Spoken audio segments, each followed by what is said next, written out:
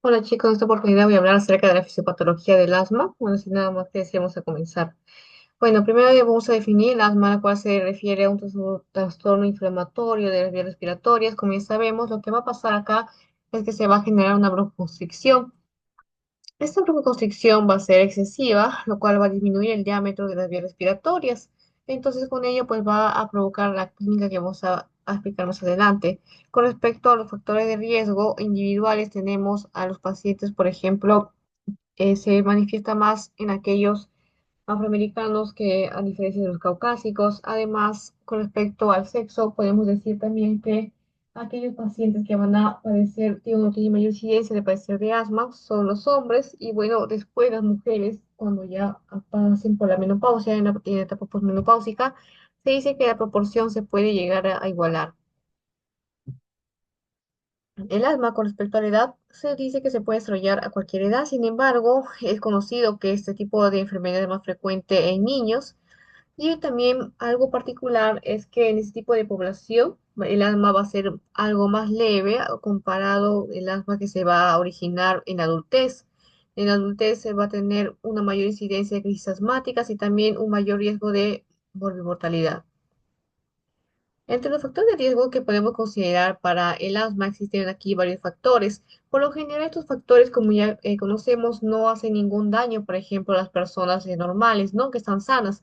Sin embargo, ¿qué pasa en los asmáticos? Ciertos medicamentos, como vamos a ver los AINES, el empleo de las mascotas, el estrés, contaminación, tabaco, polvo, frío, los químicos y también alergias de cucaracha polen, lo que va a causar es que en un paciente asmático las vías respiratorias van a reaccionar de manera exagerada. Entonces es por ello que se va a producir la clínica de la crisis asmática, las silibancias, la disnea, la opresión torácica que vamos a ver más adelante. Aquí está algunos factores que pueden determinar la gravedad del asma. Puede ser, como se estaba mencionando, la genética. Influye si en la etnia, es de la etnia también, ¿no? Si es caucásico, si es afroamericano. Recuerda que en afroamericanos, una que tiene mayor incidencia, otra que tiene mayor gravedad. La edad de inicio también muy importante, ya que no es lo mismo un asma de origen infantil que un asma ya en la adultez. El asma en la adultez tiene a tener mayor incidencia de crisis asmáticas, la exposición a la contaminación también va a determinar la gravedad del asma. La atopía, que se refiere a una tendencia a desarrollar alergias que está relacionada frecuentemente con la herencia. Aquí están activadores ambientales, por ejemplo, el humo de tabaco, los ácaros, y con respecto si te preguntarás si hay algunas condiciones de enfermedad que también van a desencadenar el asma, pues se considera como factores de riesgo o de predisposición, aquellas como enfermedad de reflujo gastroesofágico y también algunas infecciones respiratorias. Vamos a hablar acerca de la fisiopatología del asma, pero algo importante también quiero que sepas es aquella población de células, las células T. Estas células T se van a dividir en células TH1 y en TH2. Y bueno, ¿qué es lo importante acá? Tenemos, por ejemplo, que como estaba mencionando, el asma se desarrolla frecuentemente en la población infantil. Lo que va a pasar, por ejemplo, en este tipo de pacientes es que algunos van a estar expuestos a infecciones respiratorias virales.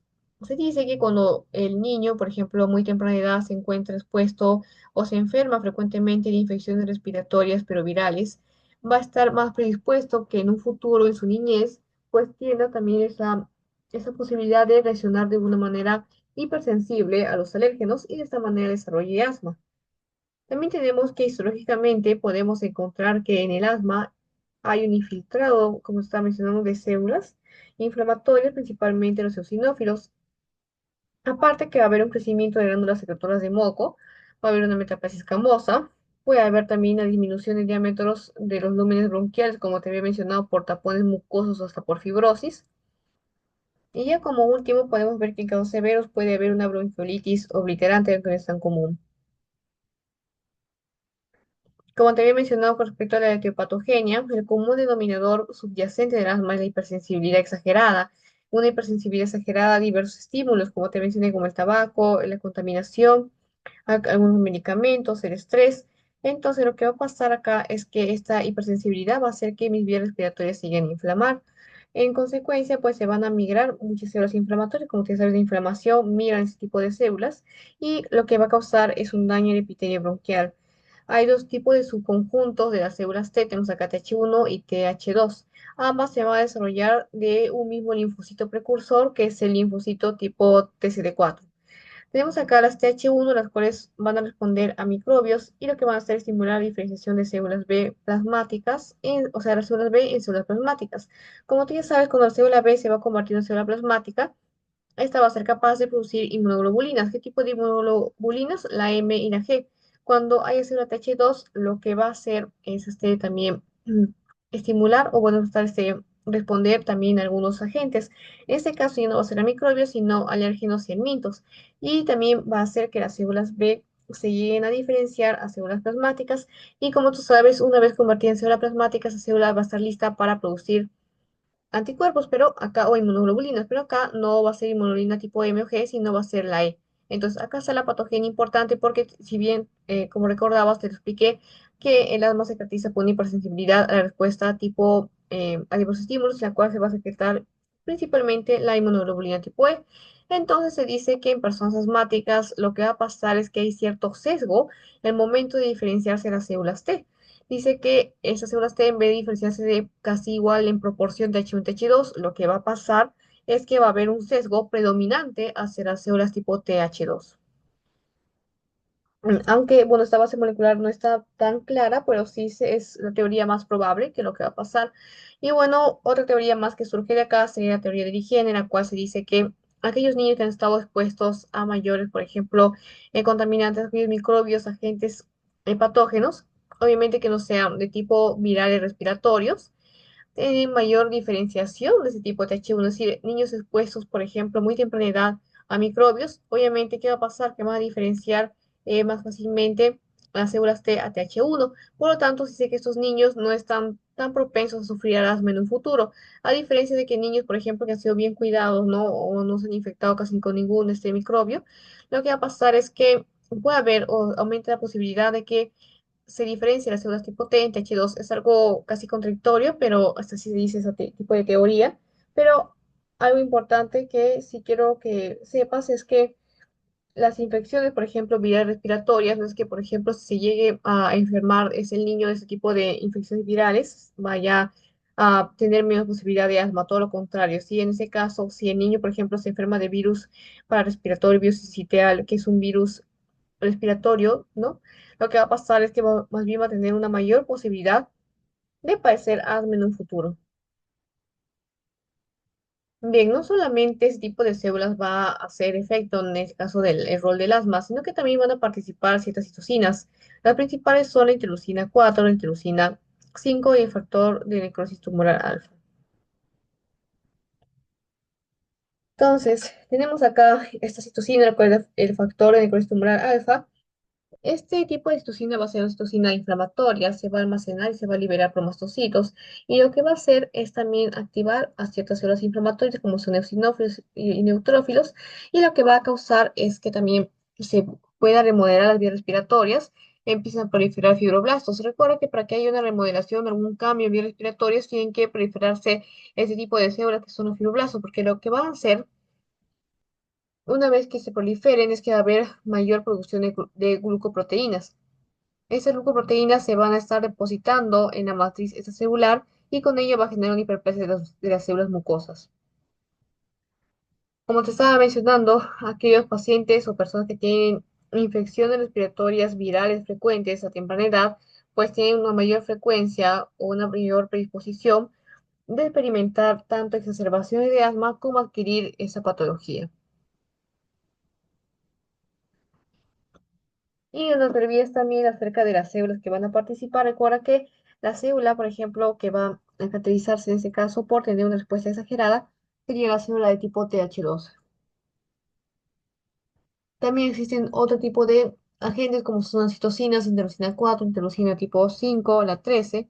Entonces también van a favorecer la producción de inmunoglobulina tipo E, la cual es asociada a ese mecanismo de alergias y por supuesto a la fisiopatología del asma. No solamente, bueno, ahora tenemos acerca de los virus respiratorios, tenemos estos los H2, hemos visto las interleucinas 4, 5 y 13 y el factor necrotumoral alfa, pero acá no acaba también, sino que van a participar otro tipo de células inflamatorias como son los mastocitos. Entonces, esos mastocitos lo que van a hacer es liberar histamina, prostaglandina tipo D2, las citocinas, como te dije, interleucina 1, C5, interferón, alfa, que es muy importante, y ambos, todo en conjunto, pues, sumado al leucotrieno, es muy importante el último que son los leucotrienos, van a producir una broncoconstricción masiva. Y esta broncoconstricción masiva pues va a resultar en una inflamación del endotelio. Y como se inflama el endotelio, pues va a obstruirme el pasaje aéreo, ¿no? Entonces tenemos que los mastocitos pues pueden activar la liberación de múltiples citocinas, lo cual va a causar más inflamación en la vía respiratoria. Con ello también se contrae las vías respiratorias y se procede más bien a pasar una hinchazón. Esa hinchazón va a causar mayor obstrucción de las vías. Tenemos también un tipo de asma particular en la cual es un asma desencadenada por ejercicio, en la cual se va a dar una liberación de mastocitos, pero solamente cuando las personas experimentan, por ejemplo, van a experimentar silivances y broncoespasmos durante la práctica de actividad física, no en otros momentos.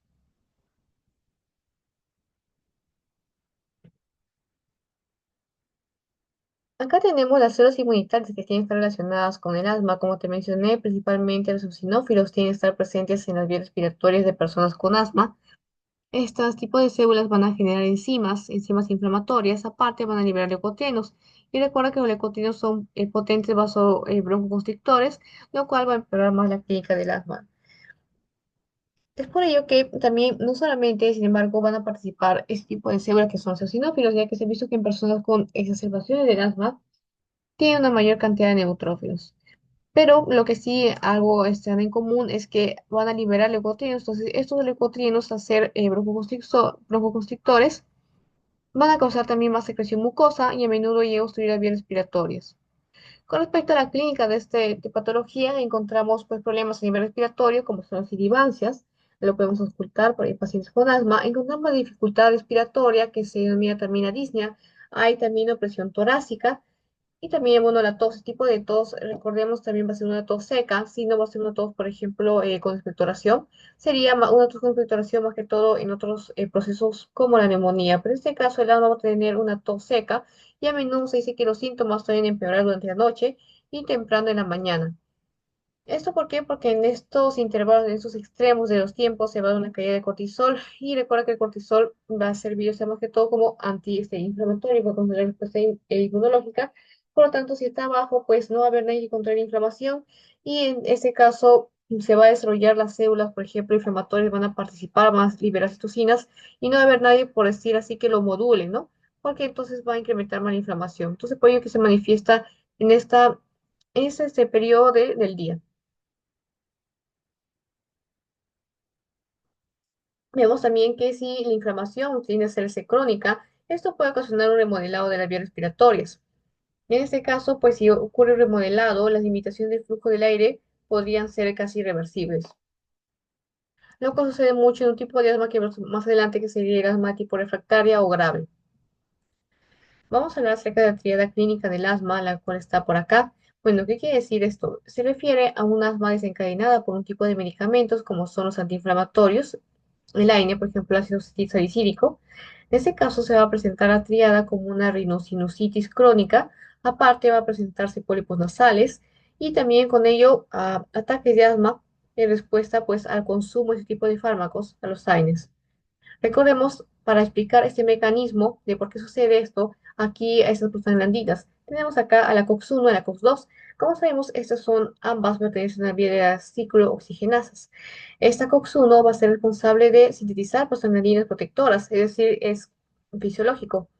Por otro lado, la COX-2 va a ser más que todo inflamatoria, ¿sí? O sea, va a producir síntesis de mediadores, pero inflamatorios, además de que va a generar una broncoconstricción.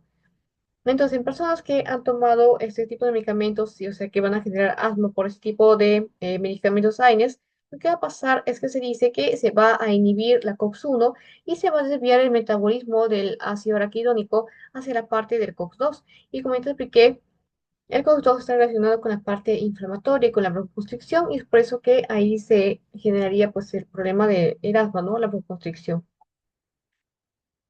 Tenemos acá otros factores que van a estar relacionados con el asma, están el estrés y las emociones.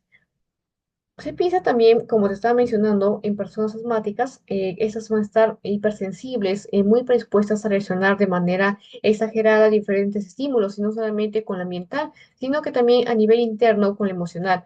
Entonces se dice que estas personas, por ejemplo, cuando están expuestas a factores estresantes, emocionales, lo que va a pasar es que puede contribuir esto al incremento de sus síntomas y pueden generar un broncoespasmo por medio de las vías vagales.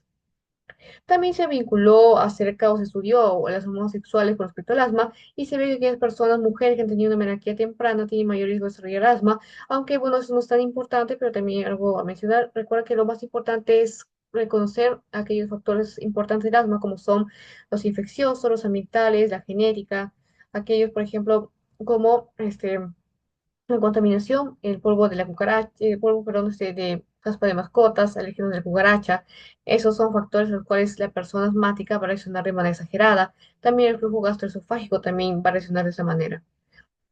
Entonces, hasta acá hemos visto, un resumen algo breve, hemos visto que es el asma, hemos visto que los factores de riesgo son todos de acá, hemos visto que obviamente estos factores, si tú te expones a una persona normal, no va a suceder nada, pero ¿qué pasa en una persona asmática? Obviamente esto va a causar una exacerbación severa. Aquí hemos visto condiciones, hemos visto acá acerca de la teoría de la higiene y también acerca de qué pasa cuando un niño, por ejemplo, a temprana edad, se expone a seguido a infecciones virales respiratorias. Como sabemos, tiene mayor posibilidad de generar asma. Acá está H1 TH2, recuerda que el que está vinculado al asma sería TH2 porque produce inmunoglobulina tipo E, la cual está relacionada a la patogenia del asma, ya que está relacionado a tipo alérgico. Cuando te digan asma tópica, se refiere a un asma hereditaria, a menudo relacionada con inmunoglobulina tipo E. En cambio, si te dijeran una asma de tipo no atópica, no está relacionado con inmunoglobulina E, sino que incluso tú puedes hacer, por ejemplo, un estudio y te va a salir que la inmunoglobulina tipo E suele ser normal. Entonces, ¿dónde pueden encontrar esos dos tipos de asma? Se suele decir que el asma de tipo atópica, sí, acá, se encuentra principalmente en niños, en los cuales pues está asociado mucho el factor hereditario, la genética, entonces ellos van a tener unos elevados niveles de inmunoglobulina tipo E. Pero ¿qué pasa en un asma de tipo, por ejemplo, ya en adultez? Este tipo de asma puede ser no atópica con mayor frecuencia. En este caso, pues no está relacionado a un componente genético hereditario y cuando hagamos la evaluación, la inmunoglobulina tipo E va a estar en un rango normal. Así que aquí, por ejemplo, este tipo de teoría solamente se cumpliría para aquellos pacientes pues que tengan asma atópica, es decir, un asma hereditaria, un asma que tiene componente genético y es común en la infancia, no para un asma no atópica que no tiene nada que ver con herencia. Acá hemos visto, como te estaba mencionando, el sesgo que va a pasar en el asma alérgica o asma también atópica, si es lo mismo, alérgica, atópica, hereditaria, en la cual se va a diferenciar hacia los TH2. Aquí las instituciones importantes son la 4, la 5, la 13, y este factor importante también. Entre las células hemos visto también los que participan neutrófilos, eosinófilos y mastocitos, con una predominancia de los eosinófilos, y aunque en sus observaciones podemos encontrar mayor cantidad de neutrófilos. Aquí hemos visto lo mismo, recuerda acerca de la clínica, salivancia, disnea torácica, la tos, acerca también de la frecuencia de la enfermedad, o sea, cuando se va a manifestar la enfermedad más intensamente, por ejemplo, cerca de las primeras horas de la mañana y en la noche. ¿Por qué? Por los bajos picos de cortisol, que recuerda que el cortisol actúa como un inmunomodulador, como un antiinflamatorio, es como que inhibe la respuesta de las células inflamatorias, ¿no? Por eso que pacientes, por ejemplo, con asma, al perder esta gran cantidad típico de cortisol y tenerlo bajo, pues no va a tener ningún mecanismo protector que le diga a sus células tipo que no produzcan tantas citocinas, que no produzcan tanta inflamación, y por eso se va a dar inflamación y el paciente pues suele despertarse, por ejemplo, entre la noche con silivancias, con disnea, pues, precisamente por eso. Recuerda que también si este tipo de problema persiste, puede haber un remodelado de vías respiratorias, lo cual no es nada beneficioso, ya que puede causarme daños irreversibles. Acá vemos cerca de la triada del asma, cerca del pólipo nasales, aquí la rhinosinusitis y bueno, el asma, desencadenadas por un mecanismo común, son la toma de sus medicamentos antiinflamatorios. Los AINES. Vimos acá el por qué esto. Recuerda que en este caso lo que va a pasar que en la síntesis de ácido araquidónico pues puede haber una desviación a la síntesis predominantemente de la COX-2. Y como tú sabes, la COX-2 es inflamatoria y sintetiza prostaglandinas inflamatorias para generar una broncoconstricción. A diferencia de la COX-1, que es más bien una de tipo beneficiosa, por así decirlo, o sea, no relacionada, mejor dicho, a inflamación, sino que relacionada, por ejemplo, a la coagulación, hasta relacionada regulando procesos, por ejemplo, fisiológicos, sí, no tiene nada que ver con componentes inflamatorios. Hemos visto acá también acerca de estrés, hormonas sexuales, y aquí estamos acerca de la clínica del asma, como te estaba mencionando, activadores, es el mismo que factores de riesgo. Hay también el asma nocturna, en la cual se refiere que, como te dije, pues en este tipo, en este momento va a haber una disminución considerable de cortisol, lo cual va a hacer que la persona llegue a manifestar una amplia variedad de signos y síntomas, desde silibancias a sensación de presión torácica, hasta puede que incluso de casos más graves un ataque inmovilizador agudo, ¿no? Pero obviamente sería menos frecuente asociado a asmas ya refractarias.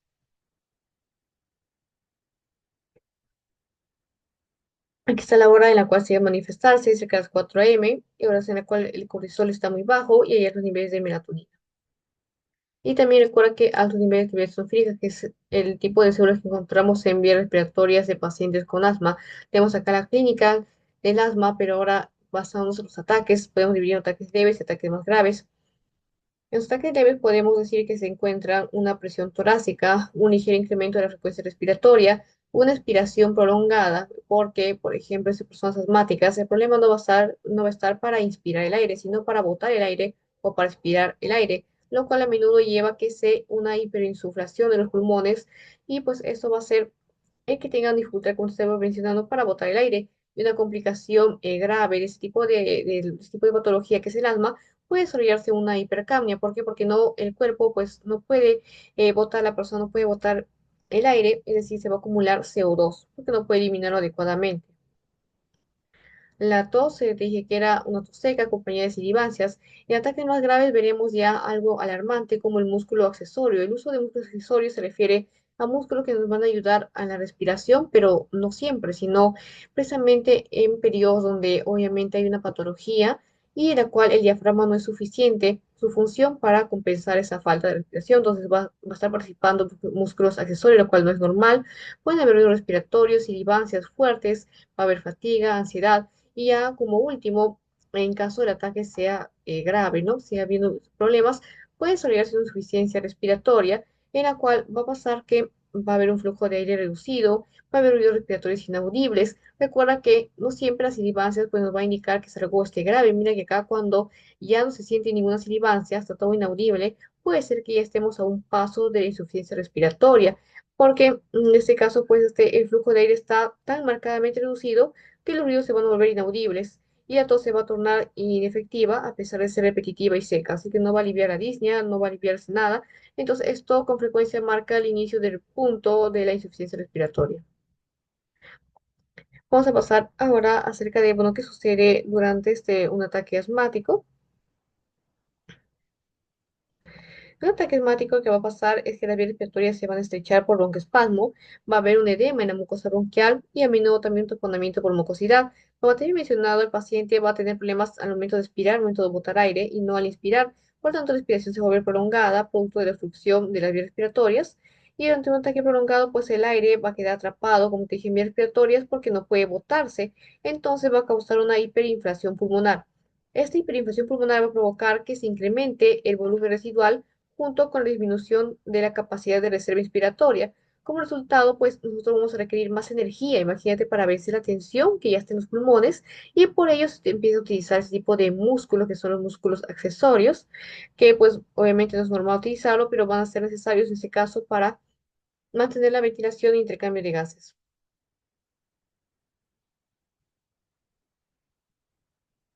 Con respecto al diagnóstico, tenemos a la espirometría. En este caso es un medio para medir diferentes parámetros, como están todos acá. Y el objetivo es calcular la relación entre el volumen respiratorio forzado en un segundo sobre la capacidad vital forzada. Tenemos también, se realizan pruebas de sensibilización de vías respiratorias, las cuales son pruebas de metacolina, el cual es un agonista colinérgico, esto también histamina, y también exposición a factores no farmacológicos como el aire frío. Entonces, ¿qué pasa si yo a mi paciente le hago esta prueba de sensibilización? Pues yo tengo que esperar o ver si el paciente reacciona de manera exagerada, de una manera anormal, ese tipo de estímulo que no debería de pasar nada. Entonces, cuando obviamente reacciona de esta manera y está hipersensible, nosotros podemos diagnosticar con certeza que esta paciente presenta asma.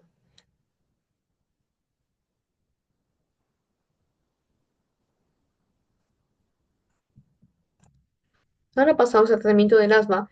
Acerca de lo que vamos a hablar principalmente es acerca del tratamiento farmacológico. Bueno, en este caso tenemos que los fármacos utilizados para el asma incluyen fármacos corticosteroides, aquellos también agonistas beta-2 adrenérgicos, fármacos anticolinérgicos y antiinflamatorios. Pero de todos estos tenemos que mencionar y destacar al primero de ellos, que son los corticosteroides, los cuales se consideran los más efectivos para prevenir inflamación de vías respiratorias y por lo general son los más utilizados. En este caso, este tipo de fármacos, como te dije, pues va a ser beneficioso. Sin embargo, algo que no sería tan bueno es que, bueno, llega a bajar el sistema de defensas, por lo cual, pues, si nosotros utilizamos corticosteroides de manera prolongada y también de una manera no adecuada, puede generar candidiasis, puede también debilitar el tejido óseo, el tejido conectivo y causar también otras enfermedades, ¿no? Incluso he visto que se genera síndrome de Cushing por administración de corticosteroides, ¿no? O sea, un Cushing exógeno, no endógeno, porque el problema no está en la glándula suprarrenal. Hay también medicamentos de alivio rápido, como estamos viendo con este beta-2 adrenérgico. Recuerda que el receptor tipo beta-2 se va a encargar de la broncodilatación. Por lo tanto, si yo tomo un fármaco, pues beta-2, sea un agonista, voy a favorecer la acción de ese tipo de receptor, por lo cual se va a dar una broncodilatación y con ello una mayor pasaje de vía, del flujo aéreo por las vías respiratorias. Ejemplos tenemos acá lo que termina en rol, albuterol, levoalbuterol, pirbuterol, formaterol. Entonces, esos fármacos agonistas beta-2 adrenérgicos van a ser importantes para tratar el asma. Sin embargo, hay algo peculiar acá, es que se administran, por ejemplo, ya sabemos, por inhalación, es decir, por inhalador de dosis medida o puede ser también por un nebulizador. Sin embargo, estos solamente se van a recomendar para aliviar un ataque agudo de asma. Sin embargo, no se puede recomendar para utilizarlo de manera regular, ya que no produce ningún efecto beneficioso. Tenemos acá fármacos anticolinérgicos, como son el hipratropio. En este caso, este tipo de fármacos va a causar un bloqueo de las vías que causan una broncoconstricción. Es decir, que va a bloquear al que causa una broncoconstricción, por lo tanto va a causar lo opuesto, una broncodilatación. Sin embargo, vemos que este tipo de fármacos no va a afectar a la mucosidad. Entonces, solamente va a actuar a nivel de las vías respiratorias, a nivel del diámetro, aumentando el diámetro y evitando así más bien una broncoconstricción. Aquí está el uso de corticosteroides, como te dije, va a ocurrir, por ejemplo, en situaciones tipo graves, aunque su inicio de acción suele ser algo lento, a partir de 4 horas. Tiene, por ejemplo, el beneficio de que, bueno, evita el avance de la exacerbación y también acelera la recuperación. Aquí están otros tipos de fármacos antiinflamatorios, como son el cromolicato sódico y el nedocromil. En este caso, no tienen ningún beneficio ante un ataque asmático, pero van a servir como profilaxis para prevenir respuestas tardías o tempranas durante el asma. Y ya por último se estimó, bueno, se dijo que podría ser también la vitamina D, la cual podría, por ejemplo, ayudar participar como un inmunomodulador, aunque esto con relación entre vitamina D y también como tratamiento del asma no está tan estudiado. Seguimos acá, ya casi por terminar, acerca del asma grave refractaria. En este tipo de asma, como estaba mencionando, se va a caracterizar por tener a menudo, pues, un asma resistente, por así decirlo, que por más que nosotros mediquemos al paciente, hay cierta persistencia en los síntomas, no hay ningún alivio. Y también los factores de riesgo van a ser casi los mismos que en el asma, por ejemplo, por general, como son tabaco, infecciones, sinusitis, reflujo esofágico y también algo muy importante cuando hay una falta de cumplimiento terapéutico. En los factores ambientales aquí tenemos lo mismo que hemos visto, y como les había mencionado, pues las infecciones respiratorias tempranas también pueden desempeñar un factor o una influencia para que ese tipo de asma, por ejemplo, infección por virus sincitial respiratorio, se relaciona con los niños, mientras que tenemos acá infecciones bacterianas como el Mycoplasma y Clamidia, que puede tener un papel en los adultos. A menudo ese tipo de pacientes, pues, con asma refractaria, pues tienen un mayor riesgo de mortalidad y la mortalidad estará asociada cuando se generan arritmias cardíacas, cuando hay una asfixia por obstrucción grave por las vías respiratorias, además de que es algo problemático ya que muchas veces podemos ignorar sus síntomas, ya que ese tipo de asma suele ser a veces un poco silenciosa hasta cuando ya se manifiesta el ataque definitivo, ¿no?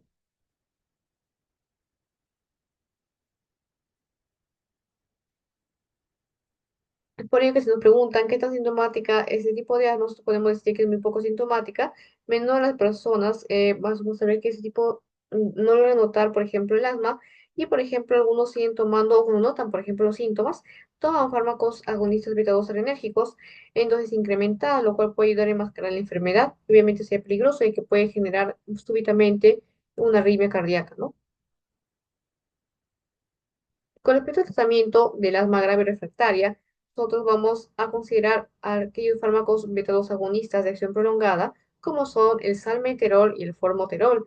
Estos se van a usar para tratar este tipo de asma refractaria, solo si es que ningún otro tratamiento no ha sido efectivo. La duración de este tipo de fármacos va a ser de por lo menos 12 horas y no debe de utilizarse para tratar síntomas agudos o exacerbaciones.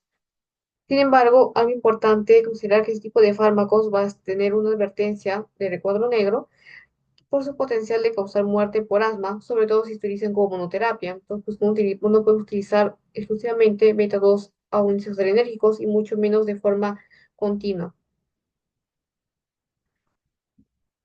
Por último, acá tenemos el único tratamiento antiinmunoglobulina tipo E autorizado para el asma grave o refractaria, es el omalizumab, la cual tiene potenciales efectos secundarios sistémicos graves, o sea que también tiene sus desventajas. Sin embargo, hasta ahora es el único tratamiento autorizado para tratar este asma de tipo refractario.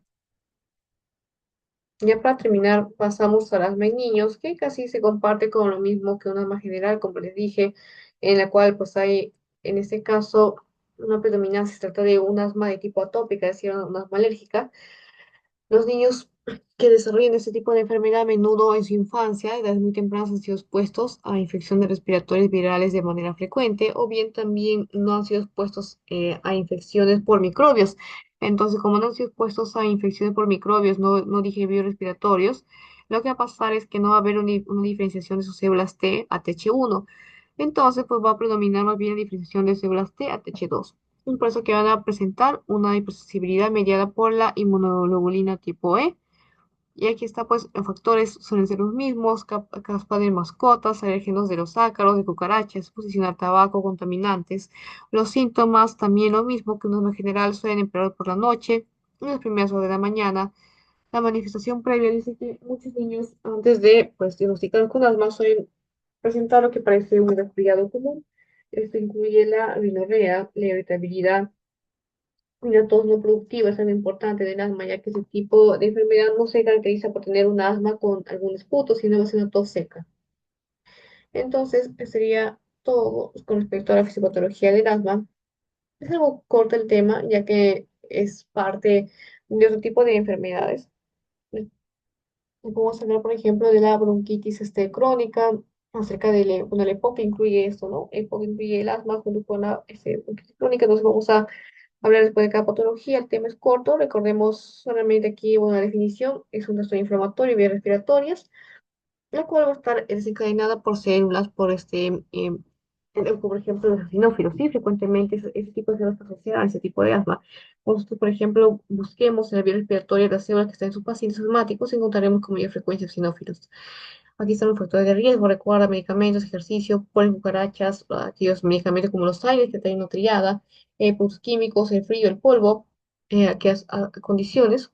Hemos visto acá una predominancia de este tipo de células H2, aquí hay situaciones que están relacionadas, este factor, unas más solamente por ejercicio también puede haber. Acá hemos visto qué tipo de células recuerda que son los eosinófilos y los neutrófilos en exacerbaciones. Aquí la clínica y cuando empeora, y acá qué pasa si se vuelve crónica, puede haber un remodelado, lo cual no sería bueno.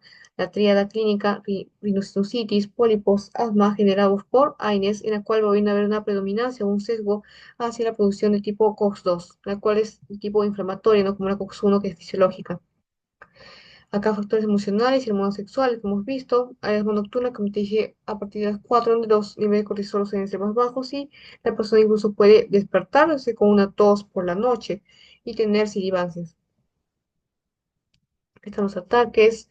Aquí está, como había mencionado, cuando ya hay un ataque grave, pues se ve el uso de músculos accesorios y también tener mucho cuidado, ya que puede pasar a una insuficiencia respiratoria. Cuando nosotros niños dejamos de escuchar silbatos, por ejemplo, significa que se ha obstruido tanto las vías respiratorias que no se llega a escuchar ningún sonido audible. Aquí el diagnóstico requiere por espirometría y prueba de sensibilización para determinar si el asma sería de tipo alérgica o atópica. Tratamiento es más grave. Recuerda que es el tratamiento del omalizumab y bueno, aquí en el futuro van a compartir lo mismo y lo mismo los niños. Recuerda que está frecuentemente causada por el asma de tipo atópica, alérgica. Es un asma de tipo infantil, a diferencia de un asma en adultos, que es un asma de tipo no atópica generalmente. Y vamos a ir todo por hoy. Muchas gracias.